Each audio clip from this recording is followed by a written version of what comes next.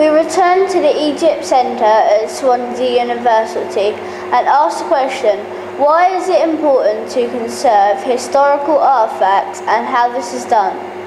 So firstly, why is it necessary to handle historic artefacts differently to things at home? Well, firstly, these are a lot older than the things at home, and they're completely irreplaceable. If any of these get damaged or broken, we can't replace them with new ones.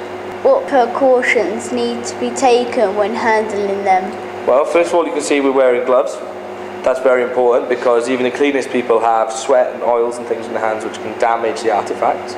And secondly, whenever we're holding anything, we're always holding it above this black foam called plastisite, so it stops any breakages if things get dropped. Could you explain a little about these artefacts and their uses? I could, and we've got time for a couple of them. So the first one, this is a shabti, if you'd like to say that. The Egyptians believed that shabtis, if they were buried with them, would come to life once they got to the afterlife, and they would do all the chores and things that needed to be done for the ancient Egyptians. This one's about 2,700 years old. Would you like to put it back in there? Okay, we'll move on to this artifact. This is actually older than ancient Egypt. It's made of flint. We think it's probably a scraper, if you give me a hand. And it was probably used for scraping the insides of animal skins before they were used for clothes or used for shelter and things. So this is a mould of the eye of Horus. You can see here the actual part inside of the eye, and then we have sort of an eyebrow part and some makeup.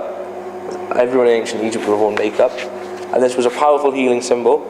It's about 3,500 years old, and it would have had clay or various other things poured into it, then baked in a very, very hot oven until it was hard. Then it would have been used as either jewellery or as an amulet. Then we'll look at this. And this is about 2,000 years old, and it's an ancient Egyptian headrest or pillow.